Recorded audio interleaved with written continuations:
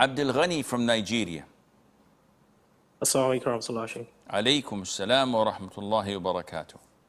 Yeah, I would like to know if it's an obligation for Muslims to call out the wrongdoing of other Muslims in their direct surrounding, for instance, a neighbor or someone that prays in the same masjid with them.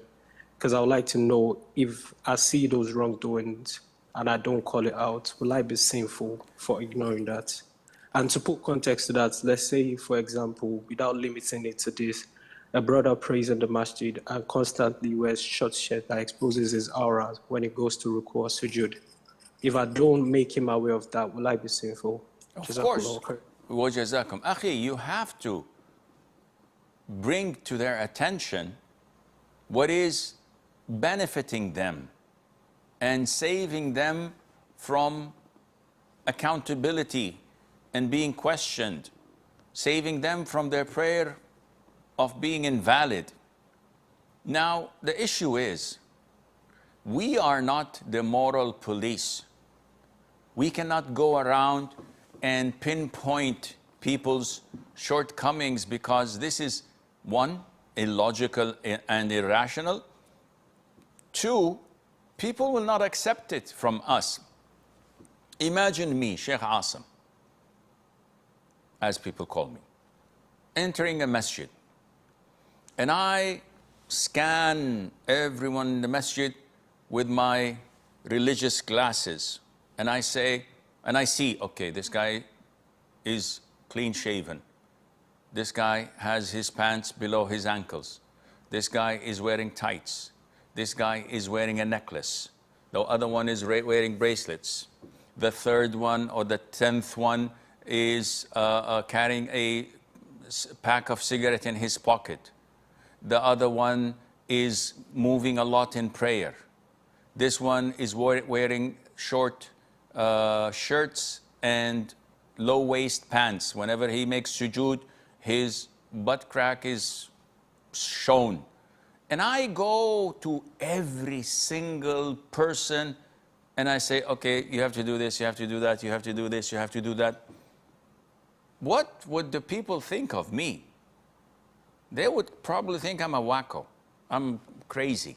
There's something wrong with me. So you have to be wise. And what is wisdom? The definition of al-hikmah.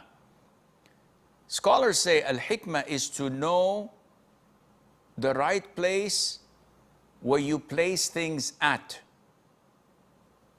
So if you're wise, you know that not to put this on a sharp edge where it can fall. Rather, you should put it on a stable and fixed edge or a surface.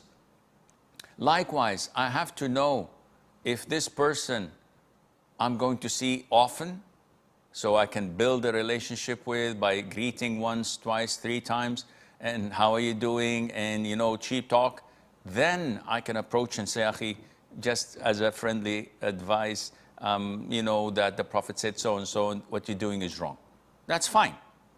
Someone that his mistake impacts his prayer on the spot, someone who's praying with his aura uncovered, I have to bring it to his attention. Akhi, the prayer is invalid when you pray like this. You have to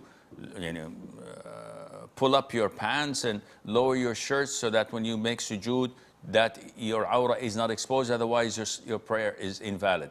So you have to know when to speak and whether what you're giving is going to be received well and taken positively. Do I have to say encouraging words before I give my advice? Assalamu alaikum, alaikum salam. Akhi, mashallah, I've observed that you pray Fajr every day, punctually in the masjid. Man, I'd like to congratulate you. This is a task so many people are unable to observe, and Allah Azza wa Jal made this a sign of great iman. May Allah Azza wa Jal make you steadfast on Islam. You make them feel good, then you tell them that, okay, Akhi, but I just want to point out something, if you may accept from me, I'm an elder brother or a younger brother or whatever, that you've done this and that, and maybe you should look into it. Inshallah, this would be accepted.